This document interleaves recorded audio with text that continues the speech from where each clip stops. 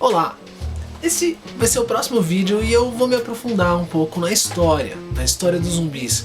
Por que os zumbis deixaram de ser uma coisa para se tornarem outras? E por que eles surgem em determinados períodos da humanidade? Por que eles têm um caráter apocalíptico? Por que eles comem cérebro? Esses porquês, saca? Vou usar algumas fontes, inclusive, e vou analisá-las. Macaco, quebra essa, dá o play! É pra ser companheiro!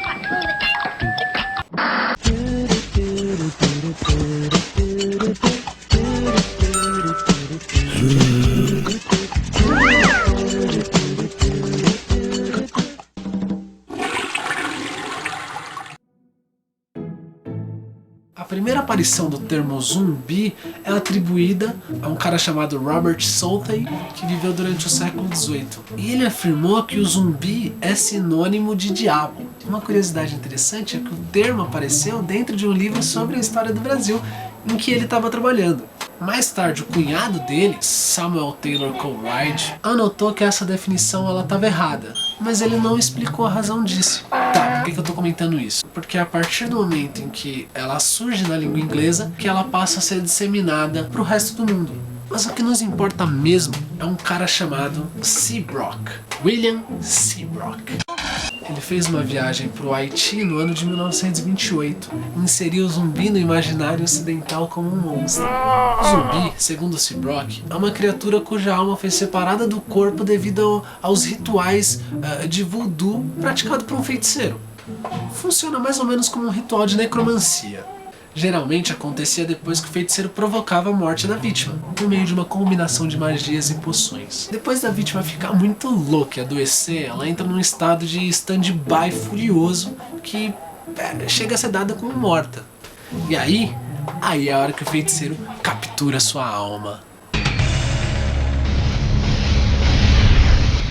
Fatality.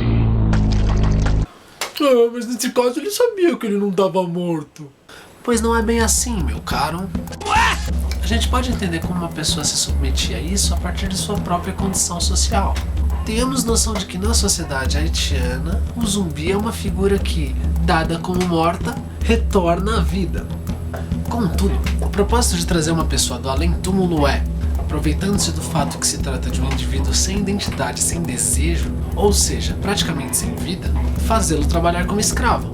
A psicose induzida pela droga e o trauma psicológico reforçava a crença dessa pessoa de poder reconstruir sua identidade como a de um zumbi, uma vez que ele sim sabia que estava morto, porque ele não tinha papel nenhum para desempenhar na sociedade haitiana. Daí ele obedece estritamente o feiticeiro que operou o ritual, porque assim ele ganha algum sentido na sua vida. Que não é vida, mas também não é morte. Morto-vivo. Você sabe que há rituais de mumificação. E agora sabe também que houve rituais de zumbificação. Dizia-se que os feiticeiros haitianos conseguiam manter um zumbi em um transe farmacológico durante muitos e muitos anos. Claro que se nós estamos falando do Haiti, poderíamos ir mais longe e buscar a raiz disso tudo lá na África. Afinal, o continente americano foi povoado pelas pessoas da África. Mas não vamos voltar tanto assim nossa história. Pelo contrário, a minha intenção é chegar no hoje em dia. Então vamos pra frente. Relembrando algumas datas importantes, a viagem do William Seabrook foi em 1928 e a publicação do livro dele, The Magic Island, em 1929, um ano depois. Aí cabe uma curiosidade. Nos anos 20, um autor muito famoso, consagrado, chamado Lovecraft, conhecido por suas histórias de terror, havia publicado o livro Herbert West Reanimator, que inclusive tem uma versão cinematográfica, que trata de um cientista muito louco que tenta reviver cadáveres humanos a partir de pedaços mistos, que lembra muito a história de 1818 da Mary Shelley, o famoso Frankenstein. It's alive!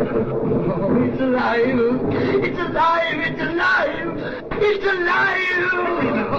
Como ele se trata de um autor clássico, provavelmente ele foi muito lido, e daí fica essa necessidade de classificar de alguma maneira o que eram essas pessoas que voltavam à vida. Daí o fato de que, não por acaso, o Seabrook, poucos anos depois, ter conseguido disseminar esse termo para o resto do mundo. Ambas essas figuras, tanto Seabrook quanto Lovecraft, eram estadunidenses. Não tô dizendo que eles se conheciam, nem que eles se conversavam entre eles, mas um diálogo indireto, quem sabe? Só um palpite. Agora atenção. 3 anos depois do lançamento do livro do William C. Brock, surge nada mais nada menos que, adivinhem só, o primeiro filme de zumbis, com o título de White Zombie.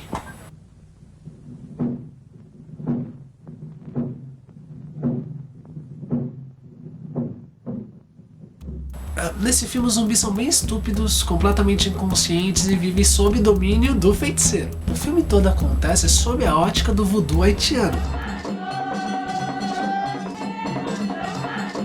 O filme conta a história de um casal, Neil Parker e Madeleine Short, que vão visitar um amigo no Haiti. Acontece que esse amigo fica fissurado na Madeleine e resolve contratar os serviços aí de um feiticeiro para poder conquistá-la. Não por acaso esse feiticeiro praticava o voodoo. Voodoo é pra Jacu! Inclusive tinha ali uma plantação de zumbis sob seu controle.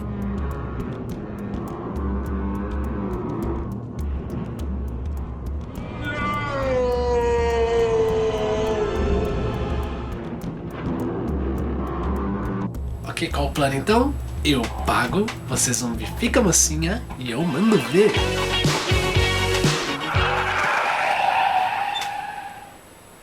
Ok, isso foi idiota. Pois muito bem, os filmes de zumbis inicialmente eram muito raros, com aparições muito esporádicas. A coisa só começou a andar mesmo nos anos 60. Em 1968, o famosíssimo diretor George Romero produziu aí o filme com toda a sua equipe, também famosíssimo, A Noite dos Mortos-Vivos.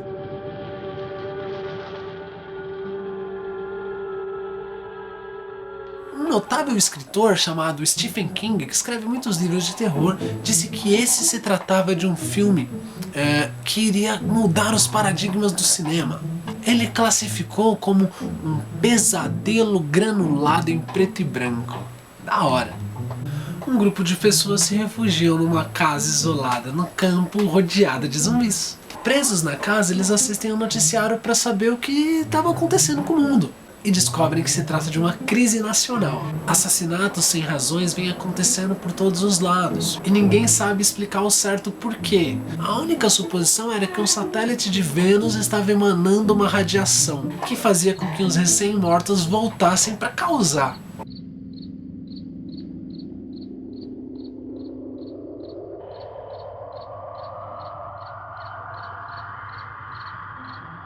Curiosamente, o filme foi lançado no mesmo ano em que o soviético Yuri Gagarin morreu, em 1968. E ele foi nada mais nada menos que a primeira pessoa a viajar para o espaço, em 1961. Ora, vocês sabem, esse é um período em que a corrida espacial estava acontecendo. Tratava-se de um período de Guerra Fria. Vocês se lembram disso da escola, não é? Não por acaso, então, havia uma explicação vinda do espaço que justificava o que acontecia com os mortos no filme.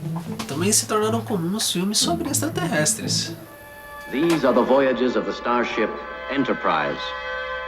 Its 5-year mission, to explore strange new worlds, to seek out new life and new civilizations, to boldly go where no man has gone before.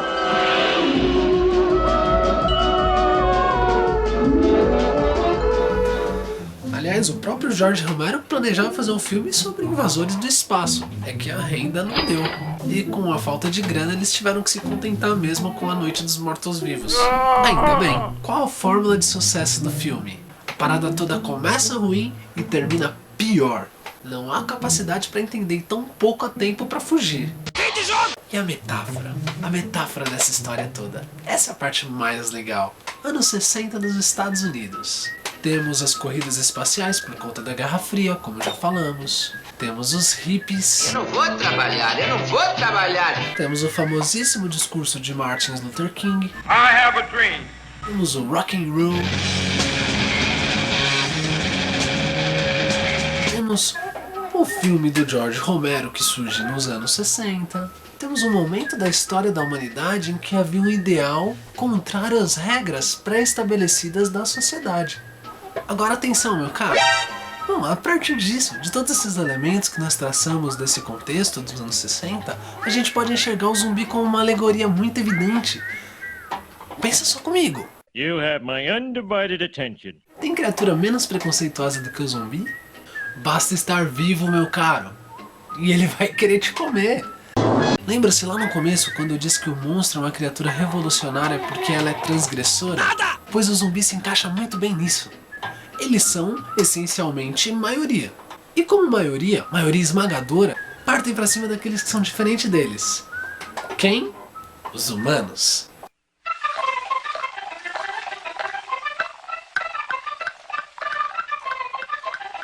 Quase como uma revolução das massas, que em peso acabaria com todos os seus diferentes. Não é por acaso então que os zumbis eles têm um aspecto apocalíptico. Vamos voltar para o filme do Romero. Temos nele rascunhos de uma perspectiva apocalíptica, mas as proporções se tornariam muito maiores com as produções subsequentes, não necessariamente no cinema, mas em várias outras áreas de mídia. Bom, se você conhece um pouquinho as obras do Romero ou entende um pouquinho de zumbis, sabe que existem 3 maneiras básicas de se tornar um, aceito inclusive pela comunidade internacional nerd. Primeiro, por algum tipo de feitiço, via cemitério indígena ou voodoo haitiano. Segundo, no caso do inferno tá muito cheio e as criaturas retornarem para a terra, ou em algum caso de possessão demoníaca. Terceiro, por infecções, seja por bactéria ou vírus. Essa última é a mais representada atualmente. Por quê? Porque a maneira como são retratados os monstros modernos revela o seguinte: eles estão deixando de ser organismos selvagens do além, criaturas de natureza exótica ou matérias-vivas desconhecidas, porque eles passaram a ser objetos fabricados pelos seres humanos, bem no seio da civilização. Então não há mais espaço para os mistérios, para a superstição, muito menos para o sobrenatural. E um bom exemplo disso que eu estou falando é essa obra aqui, O Fantasma de Canterville. Vocês já devem ter ouvido falar, é bem famosa, de um cara chamado Oscar Wilde. O livro conta a história de uma família de norte-americanos, a família Otis, que decide comprar a casa do Lord Canterville. E eles vendem, é uma mansão, ele vende exatamente porque essa mansão é amaldiçoada, ninguém quer comprar, todo mundo tem medo. Mas os norte-americanos, esses não. Ora, eles estão vivendo um processo no país deles muito positivo de ciência, industrialização, ou seja, desmistificação de tudo aquilo que é supersticioso. Assim sendo, o Canterville, que é um fantasma que existe, ele é o maior fracasso, ele não consegue assustar a família Otis. Pelo contrário, a família Otis que assusta ele, porque eles são ilustrados. Estamos falando de uma obra literária que surge no período iluminista, ou seja, a época de ciências, o século das luzes, em que não há espaço para os mistérios. Esse é um exemplo do final do século XIX. Já os zumbis são um fenômeno do nosso século. Esse novo terror surge então na usina atômica, no espaço, no hospital ou no laboratório. Nós mesmos nos montamos no laboratório. Basta olhar essas modelos mega gostosas da televisão ou esses caras ultra bombados que tomam vários medicamentos. Pensa só, se nós nos montamos no laboratório, por que nossos monstros não? Ué, Umbrella Corporation tá aí pra provar o que eu falo. Imagine a world where you can reverse the effects of age, stress, and sun. From the leading name in biotechnology comes Regenerate. Another breakthrough from the Umbrella Corporation. Regenerate's revolutionary T-cell formula actually brings dead cells back to life.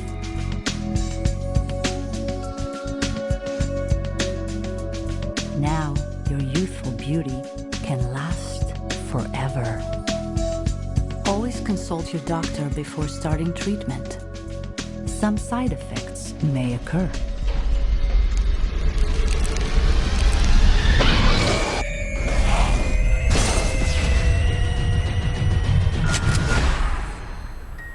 Resumindo isso, o terror do ser humano é o próprio ser humano. Olha só, em gibis ou desenhos animados, tartarugas ninjas enfrentam criminosos. Nós temos também uma família de dinossauros classe média que tem seres humanos como animais de estimação. Essa interação com os monstros, ou a humanização deles, corresponde, na verdade, à monstrificação da humanidade. Bom, 10 anos depois do primeiro filme, o Jorge Romero lança um novo filme, em 1978, que é O Despertar dos Mortos.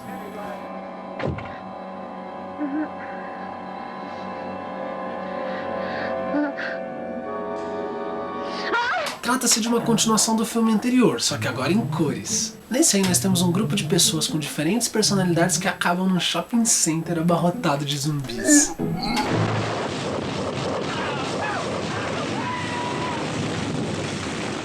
Esses são os dois trabalhos mais consagrados do Romero, mas ele tem vários outros. Claro que eu não comentei sobre esse segundo filme por acaso. Acho que cabe uma pitada de interpretação sobre ele também. Usar um shopping center como um cenário é muito legal, porque pensa só, qual a ação mais básica da nossa civilização pós-moderna? Se você falou consumo, acertou, nós consumimos o tempo inteiro. Nós compramos coisas que nós não precisamos, com dinheiro que nós não temos, pior, para agradar pessoas que nós não conhecemos. Então, atenção! Assim, a fome, a voracidade, o desejo de sobreviver é uma representação do instinto básico do ser humano. Mas de repente armas de fogo são necessárias para a sobrevivência no meio urbano. E as pessoas estão vivendo em tribos formadas só por estranhos de personalidades distintas e traumatizadas. De repente também, o dinheiro passa a não valer absolutamente nada.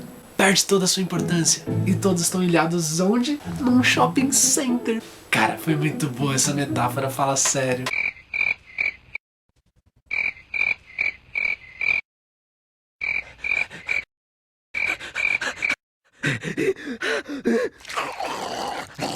Mas por que essa fome por cérebros? O que fazem com que os zumbis queiram comer tanto cérebro? A fome de cérebro pode significar uma patologia exagerada para o não uso da mente, da reflexão, do raciocínio ou do exercício da autonomia. Nossa identidade se diluiu em individualidade. Sabemos o quanto o vício em drogas pode acabar com o indivíduo, com sua família, com as pessoas que se relacionam com ele. O crack, por exemplo, que é usado o tempo inteiro e acaba transformando as pessoas em bonecos, loucos aí que aceitam qualquer tipo de violência por mais. Mas podemos nos perguntar se eventualmente a ambição por um aumento ou uma promoção não acaba gerando esse mesmo comportamento autômato.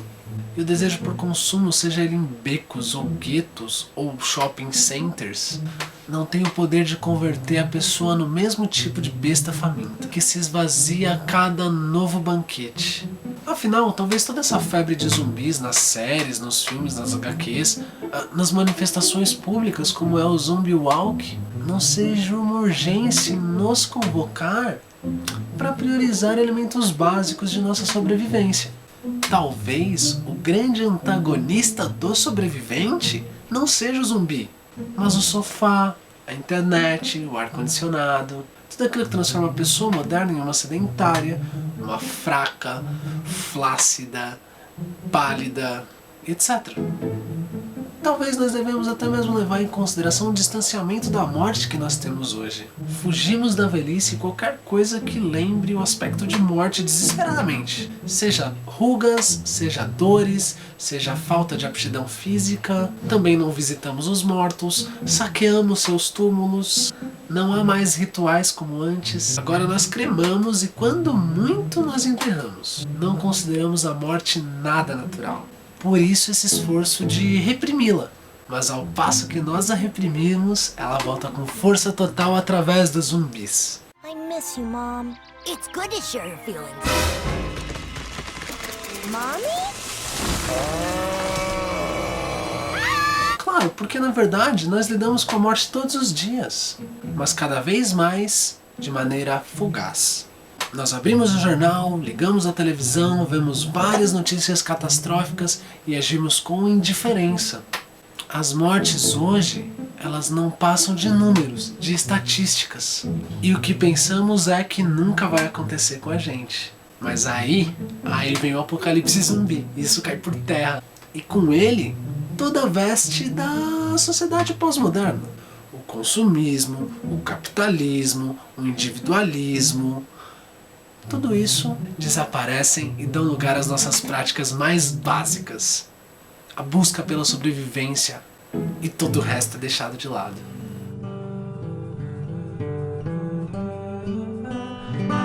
Afinal de contas, não somos só beleza e progresso. Somos também violência e putrefação. Somos muito mais do que a vida ou a morte. Nós somos a vida que levamos. Somos a forma que sobrevivemos. Porque estamos numa época em que é necessário encarar consequências e não mais mascarar a realidade. Pois sim, meu amigo, você pode não acreditar, mas o conforto acelera o apodrecimento e a decomposição. Mas falando em vida real, ainda há cura para os zumbis.